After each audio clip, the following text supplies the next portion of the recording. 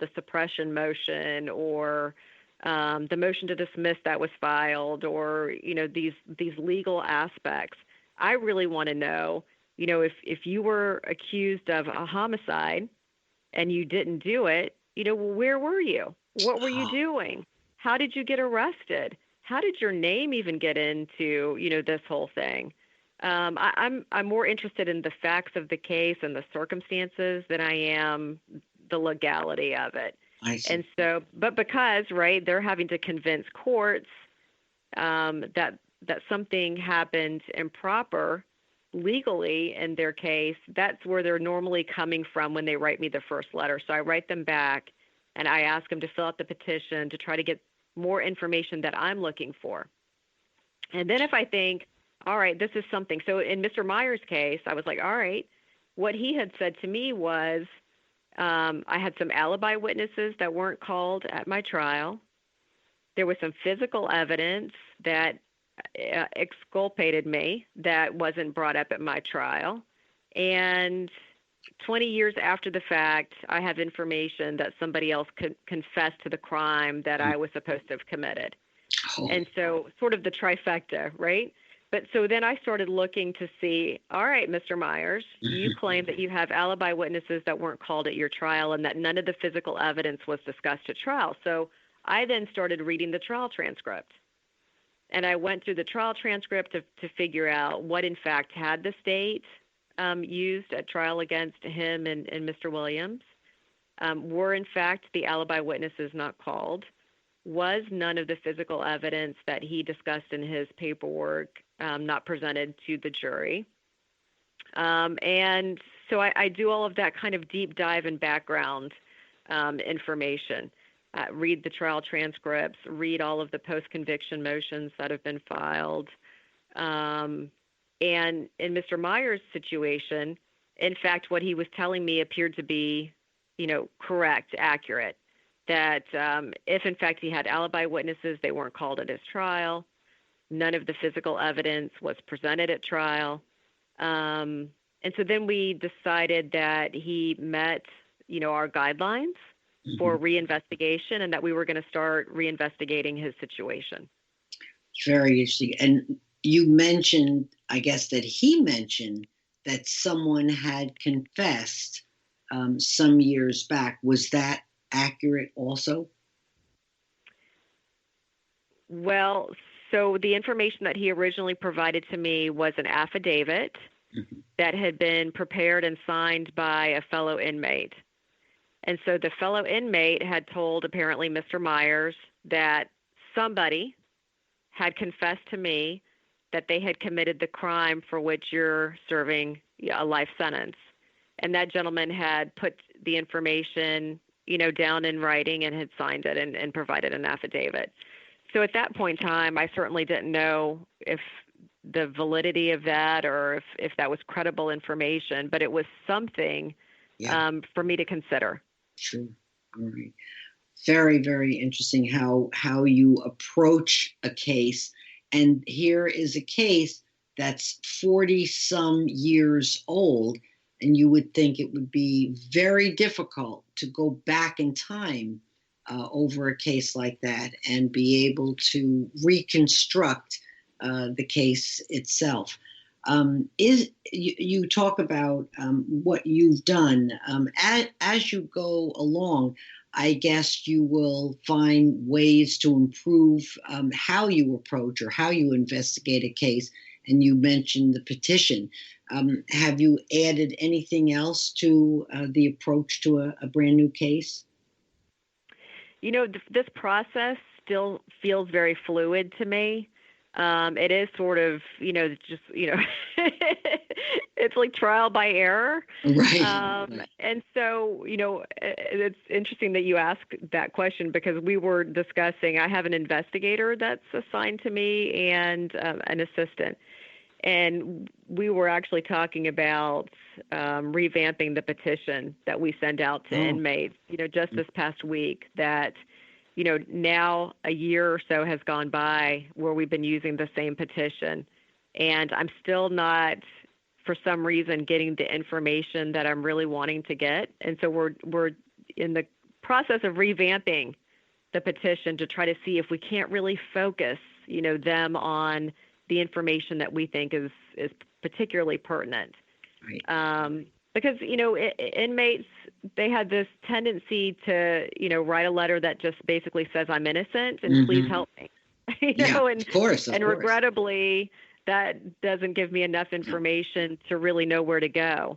Right. The really beautiful thing about Mr. Meyer's letter was that he was able, he just had the ability to provide me a lot of information that I could use to get the ball rolling.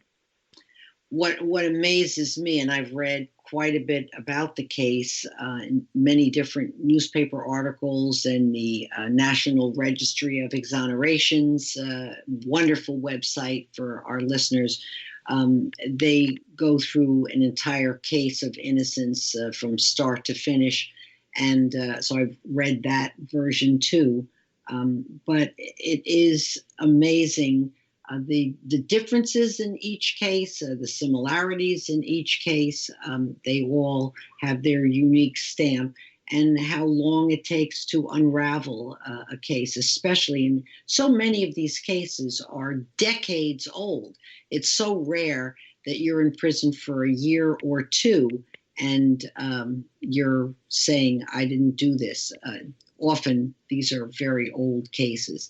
So that's a tremendous challenge.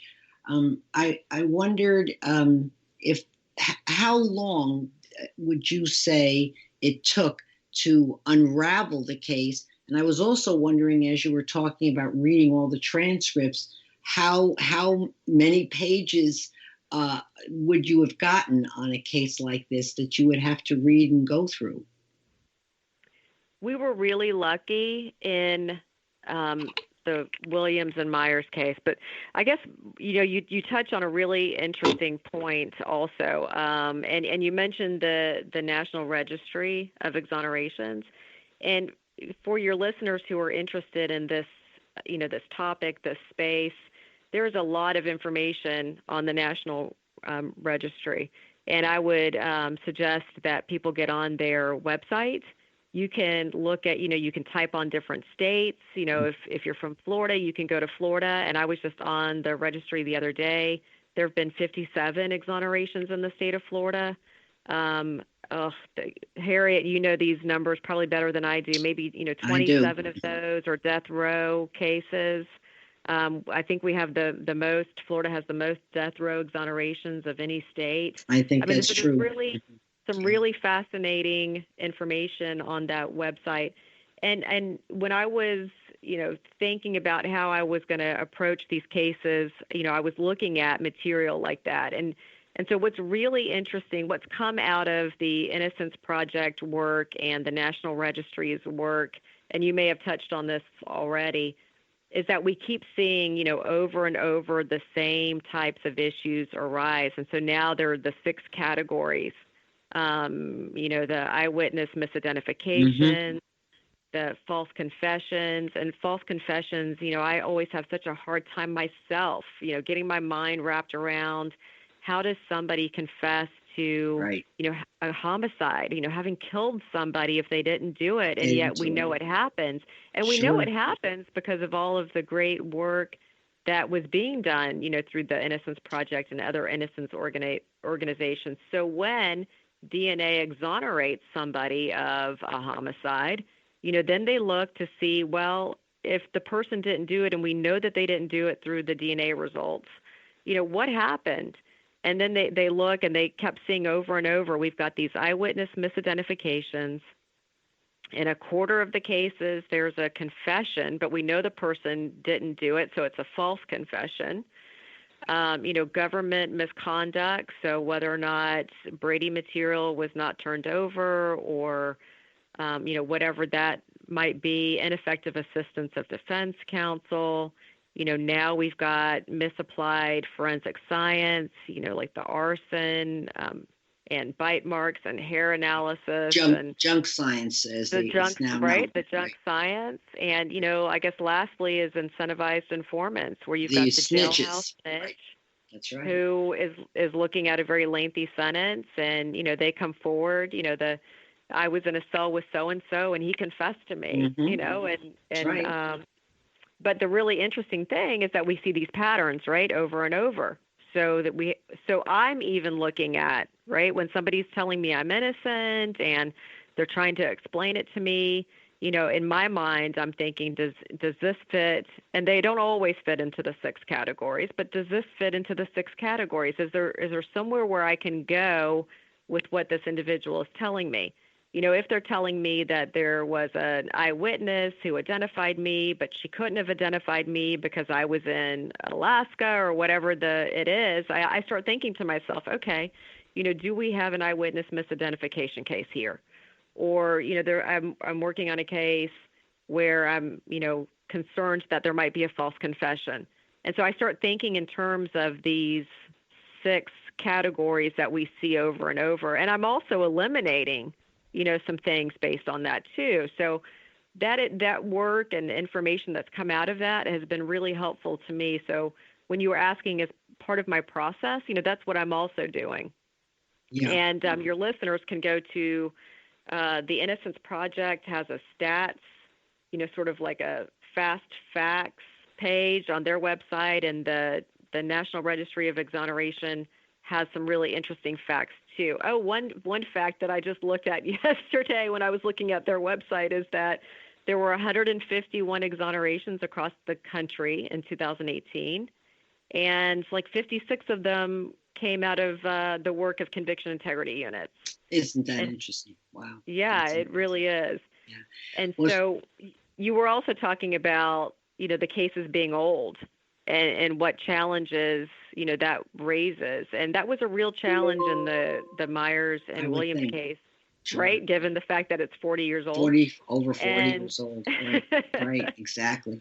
Well, Shelley, so I hate to interrupt you. What I'd love to do is have you come back and let's continue our conversation. There's still more I'd like to ask you about the case. So are you able to come back so we can do another interview, another part of the interview? I'd love to. That would be great. Thank you so All much right. for the invitation. That's wonderful. All right. Thank you for your time today. And we hope our listeners tune in to your next interview. Thank you so much. Thank you.